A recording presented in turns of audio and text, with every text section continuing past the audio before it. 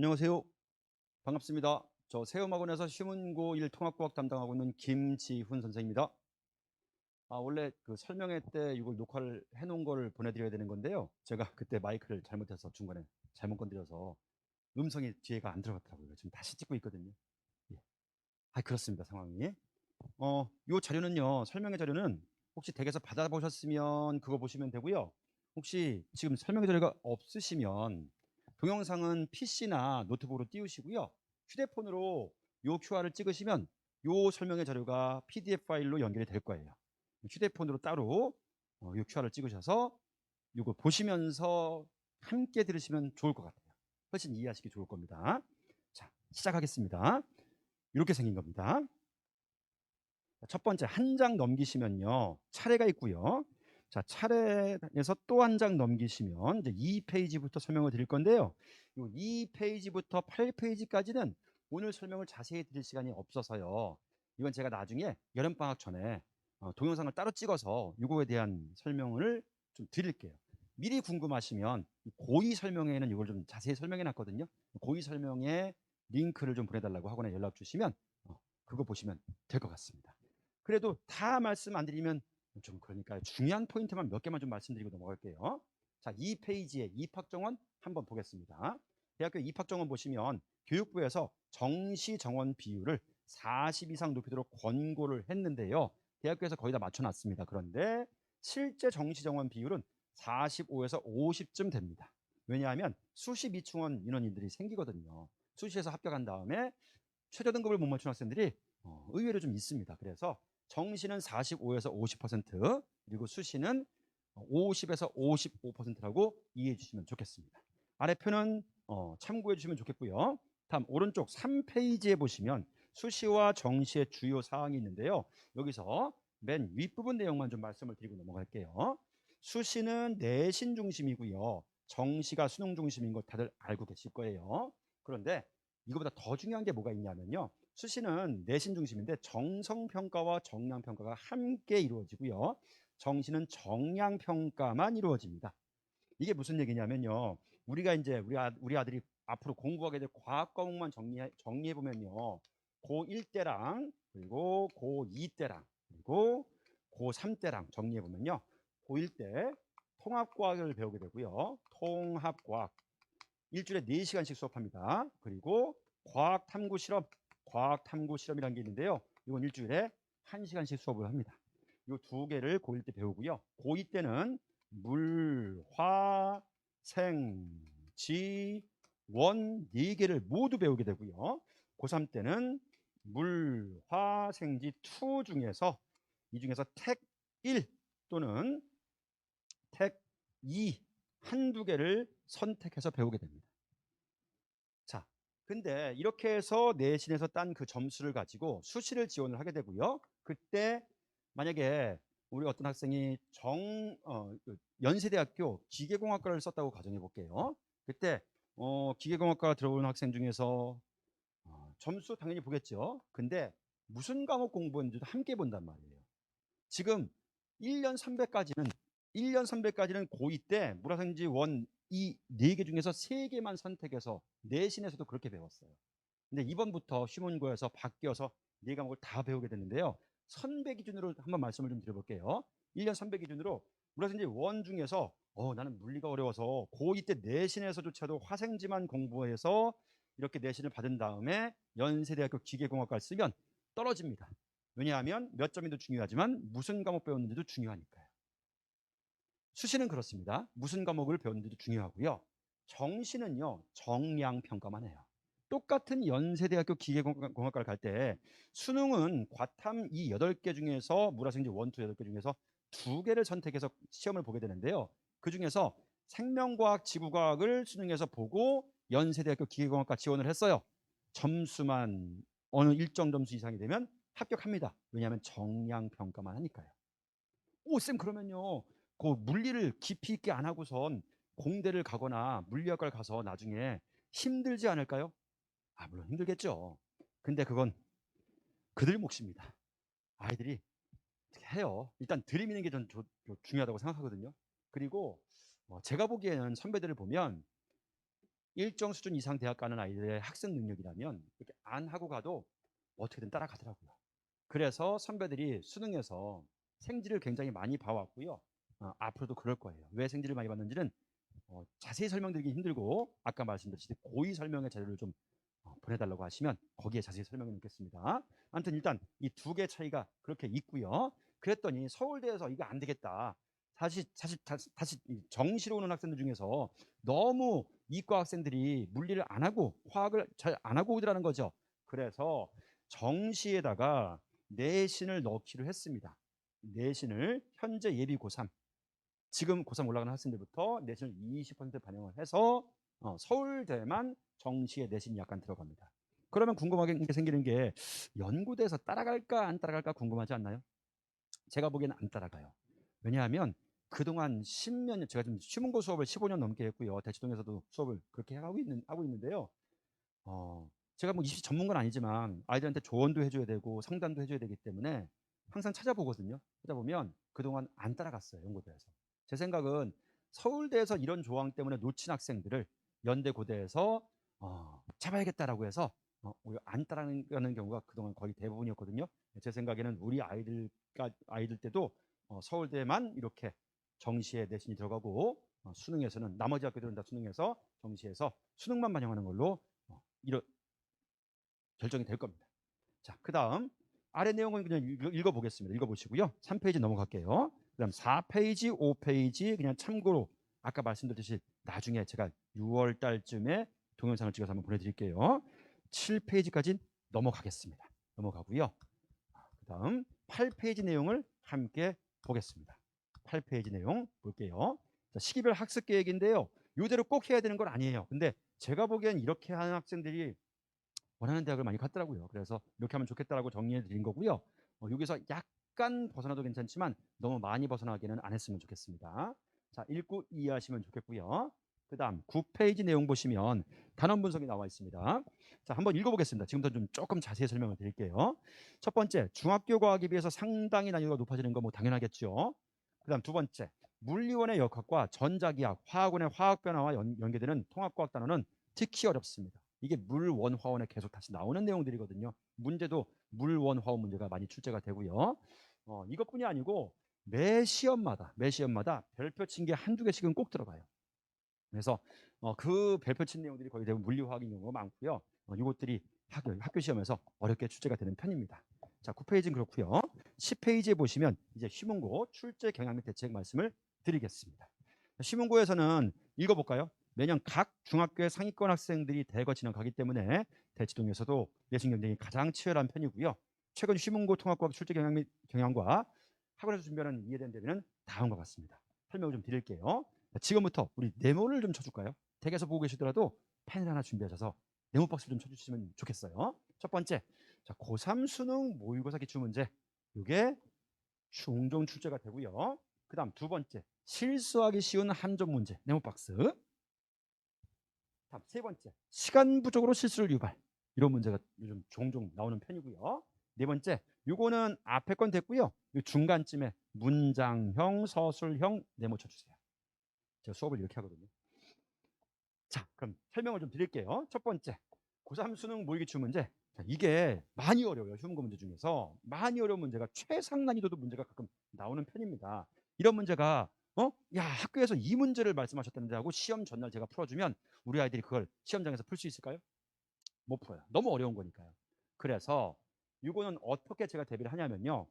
1, 2회차의 어려운 내용을 먼저 배웁니다. 그 어려운 내용은 방금 전에 보셨던 그 방금 전 앞에 이제 9페이지에 있던 별표 친 단원들을 항상 먼저 배웁니다. 진도를 순서대로 안 나가고 어려운 걸 먼저 배우고요. 매주 스텝 바이 스텝 복습 문제를 통해서 어려운 고3 수능 모의고사 기출 문제 여기에 대못 칠까요? 복습 문제를 통해서 대비를 하게 됩니다. 이런 거예요. 2회차에는 2회차 배운 숙제 주지만 1회차 복습 문제. 3회차에는 3회차 배운 내용의 숙제 주지만 1, 2회차 복습 문제. 4회차는 4회차 배운 내용 숙제 주지만 1, 2, 3회차 복습 문제. 그 문제들은 조금씩 점점점 어려워지고요. 이렇게 하면 나중에 고3 문제까지 풀 수 있게 됩니다. 그렇게 대비를 하고 있습니다. 다음 두 번째, 실수하기 쉬운 함정 문제. 자, 실수하기 쉬운 함정 문제. 이것도 요즘 시문고에서 꼭 함정을 한두 개씩은 꼭 시험에 내시거든요. 자, 이거는 어떻게 준비하냐면요. 시험 전날 주의사항에 메모칠까요? 진도 나갈 땐 제가 함정까지 잘 얘기하지 않는 편이에요. 왜냐하면 함정을 얘기해버리면 주계 기준으로 돼서 진짜 중요한 것들을 머릿속에 안 넣어 갖고 갑니다. 그래서 쭉 진도 나갈 땐 중요한 포인트들만 설명을 하고요. 그리고 나중에 직보 때 이거 조심해야 돼. 시문고에서 몇 년 전에 나왔던 거야. 이거 학교쌤께서 말씀하신 내용 중에서 이거를 내시려고 말씀하신 것 같아. 사실 제가 수업을 많이 안 해서요. 시문고 중등고 딱 2학교밖에 안 하거든요. 그래서 시간이 많아요. 주말에밖에 수업이 없습니다. 뒤에서 설명 또 드릴게요. 토요일만 수업하기 때문에 주중에 한가해요. 그래서 제가 프린트 다 보고요. 교과서 다 보고요. 작년 자료 그대로 쓰지 않습니다. 직보 자료도요. 심지어 온글도 보거든요. 그래서 거기 보면 이런 것들 조심해야 될 것들 함정들이 제 눈에 보이거든요. 그것들을 싹 정리해서 직보 때 짚어줘요. 진도 나갈 때는 이것까지 다 짚어주면 주계 기준으로 돼서 함정만 기억해요. 그래서 직보 때 공부가 돼 있는 상태에서 짚어주면 아이들이 시험장에서 점수가 되더라고요. 그러면 어떤 일이 생기는지 뒤에서 또 말씀을 좀 드릴게요. 그 다음 플러스 3번 시간 부족으로 실수를 유발. 이건 어떤 얘기냐면요. 문제가 최상 난이도 2개를 내는 경우도 있지만 상난이도를 5개를 내는 경우도 있어요. 이 상난이도 문제가 5개가 1번, 2번, 5번, 7번에 문제가 나왔다고 하면 1번, 2번 풀면서 머리가 막 피곤해져요. 꽤 어려운 문제니까요. 그래도 그러다가 4번, 5번 넘어가서 3번, 4번 넘어가고 5번 풀 때도 막 피곤해집니다. 이렇게 되면 뒤에 가면 쉬운 문제, 풀었던 문제를 또 틀려요. 시간 부족으로 실수를 유발할 수 있습니다.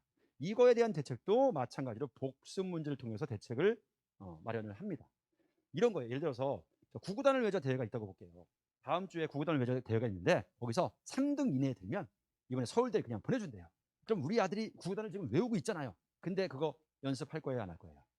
연습해야죠. 매일매일 연습해야죠. 그런 거예요.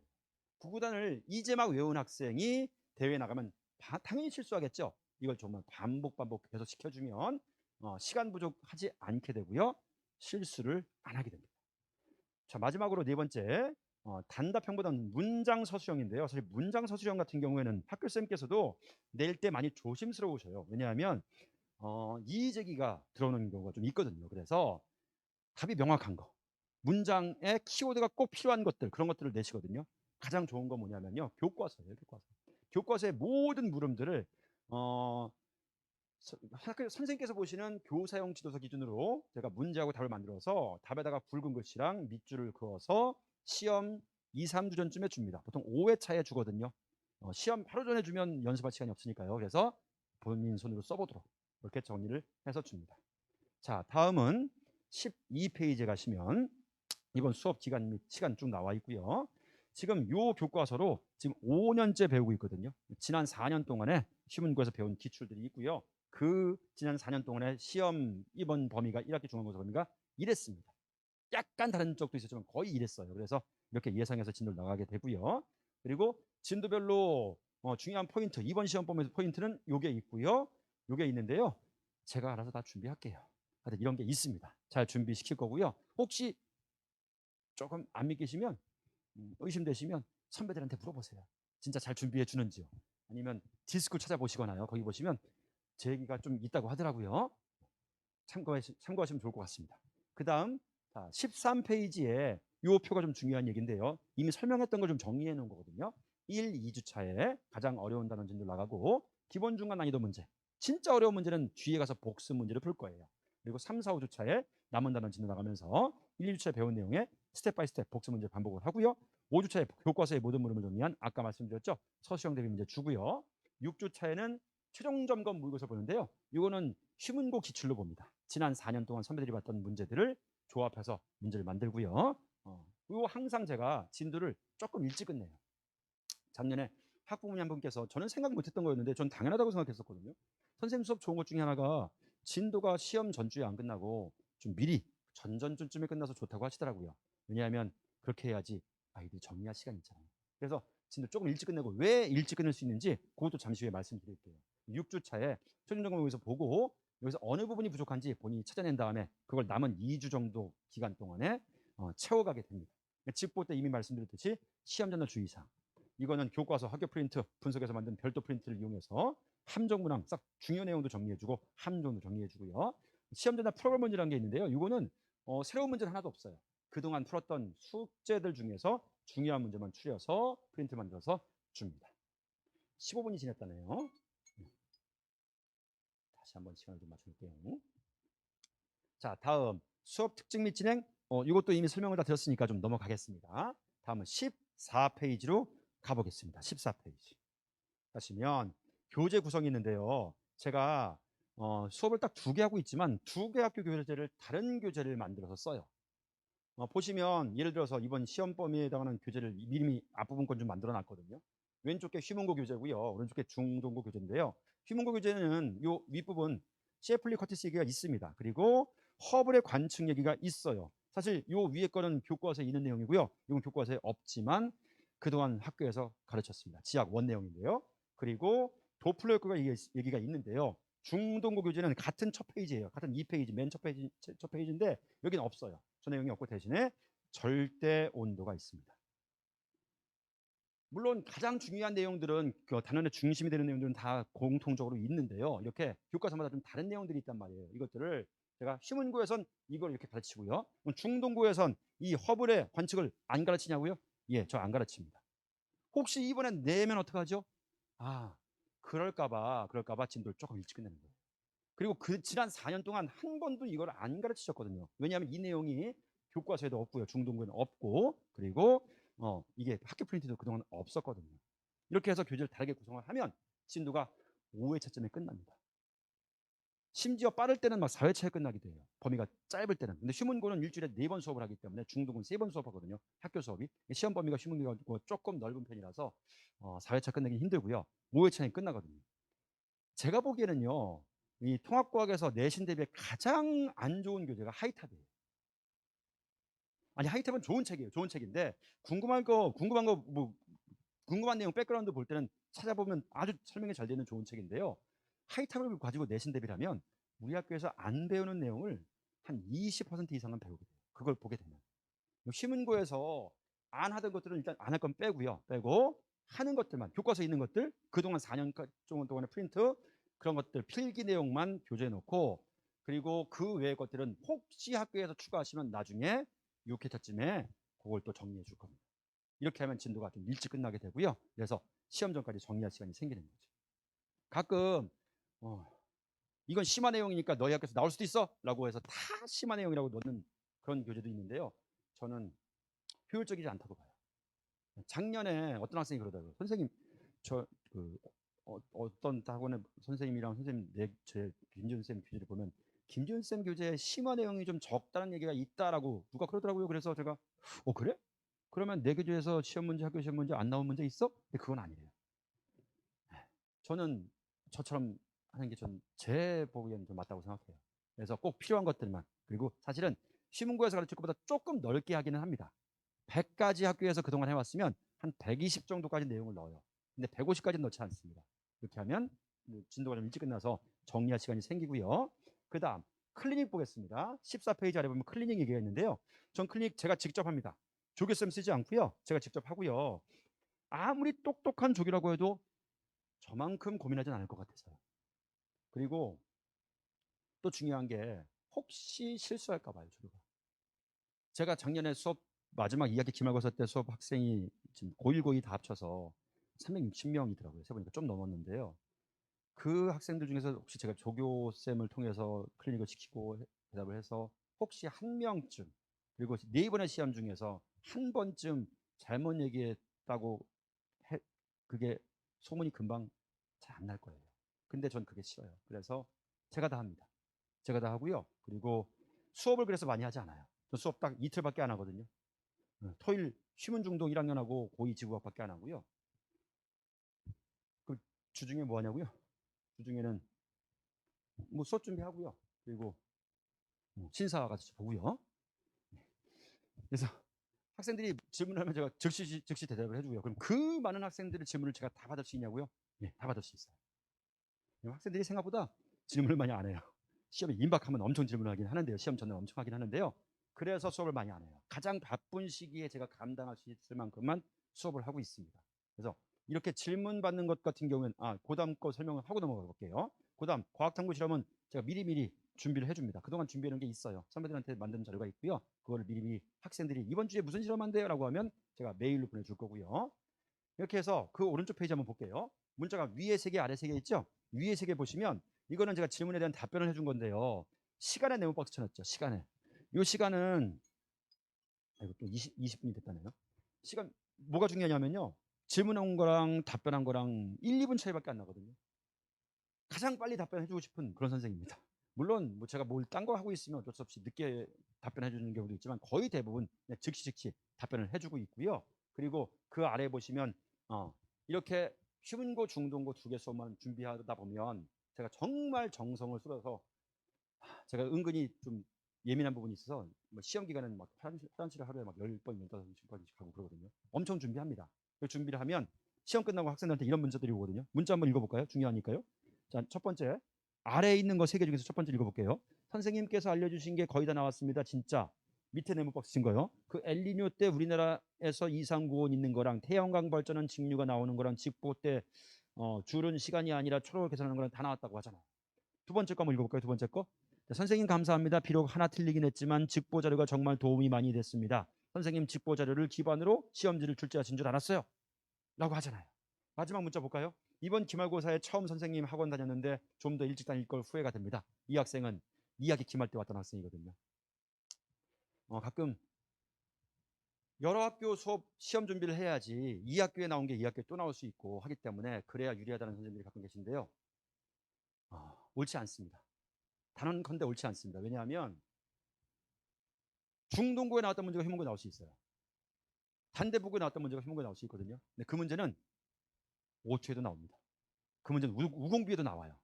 진짜 휘문고에서 뭐가 나올지 정말 연구해야 됩니다. 이거 정말 시간 들여서 많이 그 학교에 엄청 정성을 쏟아야 되거든요. 그러면 이렇게 문자가 오는 거잖아요. 그래서 제가 진짜 맞는지는 선배들한테 물어보시고요. 디스크를 찾아보시고요. 네, 그렇습니다. 자, 그 다음 보겠습니다. 16페이지 보시면 이렇게 준비를 한다고 쭉 정리해 놨고요. 읽어보시면 이해하실 수 있습니다. 이미 앞에서 거의 대부분 설명이 됐고요. 자, 17페이지에 보시면 작년 수강생 수거든요. 휘문고가 제가 소문이 조금 늦게 나서요. 중동고를 보시면 좀 더 명확한데요. 제가 항상 학생 수가 늘어나요. 1중간 1기말, 2중간 2기말. 2019년이거든요. 늘어나죠? 왜 늘어날까요? 시험을 잘 보니까요. 제가 2학교밖에 안 하거든요. 정말 하루에 화장실 15번씩 가면서 그걸 준비하거든요. 물론 평상시에 안 가고요. 시험 2주년부터 그렇게 됩니다. 근데 그 다음 해 중간고사 때 훅 줄어요. 왜 줄까요? 제가 별로 안 유명해요. 저 잘 모르셨잖아요. 원래 선배들한테 조금 얼핏 들으신 어머님도 계셨겠지만 잘 모르시잖아요. 훅 줄어요. 근데 그 다음에 항상 늘어나요. 이때 선생님 줄었는데요. 이거는요, 요해 코로나 때문에 모든 학원이 온라인 개강을 했어요. 그래서 모든 학원 선생님들이 학생 수가 다 줄었어요. 그랬고요. 하여튼 이렇게 늘어났다가 다음에 또 줄어요. 왜? 제가 별로 안 유명하거든요. 그러다가 또 이렇게 늘어납니다. 왜냐고요? 시험을 잘 보니까요. 그래서 아까 앞에서 마지막 문자, 이 학생이 그래서 후회하잖아요. 이 학생이 이번 기말고사에 처음 선생님 학원 다녔는데 좀 더 일찍 다닐 거 후회한다고. 휘문고도 좀 늦게 소문이 나서 작년 데이터를 보시면, 작년 학생 수를 보시면 이렇게 증가했고요. 아마 이번 1학기 중간고사 학생 수 쭉쭉 훅 줄 거예요. 왜냐면 말씀드렸죠? 제가 별로 안 유명해서요. 근데 점점 늘어날 겁니다. 저 단언하고요. 확신하고요. 최선을 다하겠습니다. 그 다음 페이지 보시면 혹시 의심하실까봐, 유학생들 숫자들 의심하실까봐 제가 매주 수업 끝나면 수업 리뷰 문자 보내드리거든요. 그때 엑셀로 만들어서 그걸로 정리해서 앱을 통해서 보내드리는데 거기에 학생들 이름들은 다 지웠습니다. 이거 보시면 세 보시면 그대로 숫자가 맞을 겁니다. 자, 그 다음 마지막으로 20페이지에 보시면 이거는 문항 분석 동영상인데요. 시험 끝나면 저는 문자로 이번에 킬러 문항 3번, 7번, 9번 제가 맞췄어요 라고 전 보내드리지 않습니다. 왜냐하면 다 맞추거든요. 물론 뭐 아주 가끔 1년에 한두 문제씩은 제가 못 맞추는 경우도 있지만 사실 그것도 직보 때 못 맞춘 거고요. 학기 중에 자료에 진도 나갈 땐 자료에 어딘가 있었던 내용이거든요. 아까 말씀드렸잖아요. 제가 온클도 다 본다고. 그러니까 못 맞출 수가 없고요. 그 2학기밖에 안 하는데요. 뭐 그거 못 맞추면 그게 더 이상한 거죠. 그래서 시험 끝나면 이거 맞췄어요가 아니고 문제 전체에 대한 설명을 다 동영상으로 찍어서 보내드립니다. 근데 그거 정리해놨던 것들이거든요. 혹시 궁금하시면 이거 QR코드 찍으시면 그때 찍었던 동영상들이랑 자료랑 다 같이 들어있습니다. 그거 보시면 확인이 되실 겁니다. 마지막 페이지는 수업 장면이고요. 예, 그렇습니다. 예, 하여튼 긴 시간 너무 고생하셨고요. 제 수업 듣는다고 무조건 모두 다 1등급 나오는 건 아니에요. 제가 마지막에 작년에 휴문고 마지막 수업 때 152명이었는데요. 이 152명 학생이 다 1등급 받는 건 불가능하잖아요. 그런데 제가 확신할 수 있는 건요. 숙제 해오면요. 저한테 질문하면요. 그런 학생들은 공부한 만큼 아니 그 이상 점수가 나올 수 있도록 제가 최선을 다해서 준비해주고요. 항상 그래 왔거든요. 그러니까 근데 또 제가 숙제가 좀 많은 편이에요. 근데 그만큼 하지 않으면 시험고에서 점수를 제대로 받기가 쉽지가 않습니다. 그래서 그걸 제가 제시해 주는 것들을 따라오고 이해하는 것도 꼭 물어보고 그리고 잘 따라만 준다면 좋은 점수 받을 수 있도록 잘 준비하겠습니다. 감사합니다.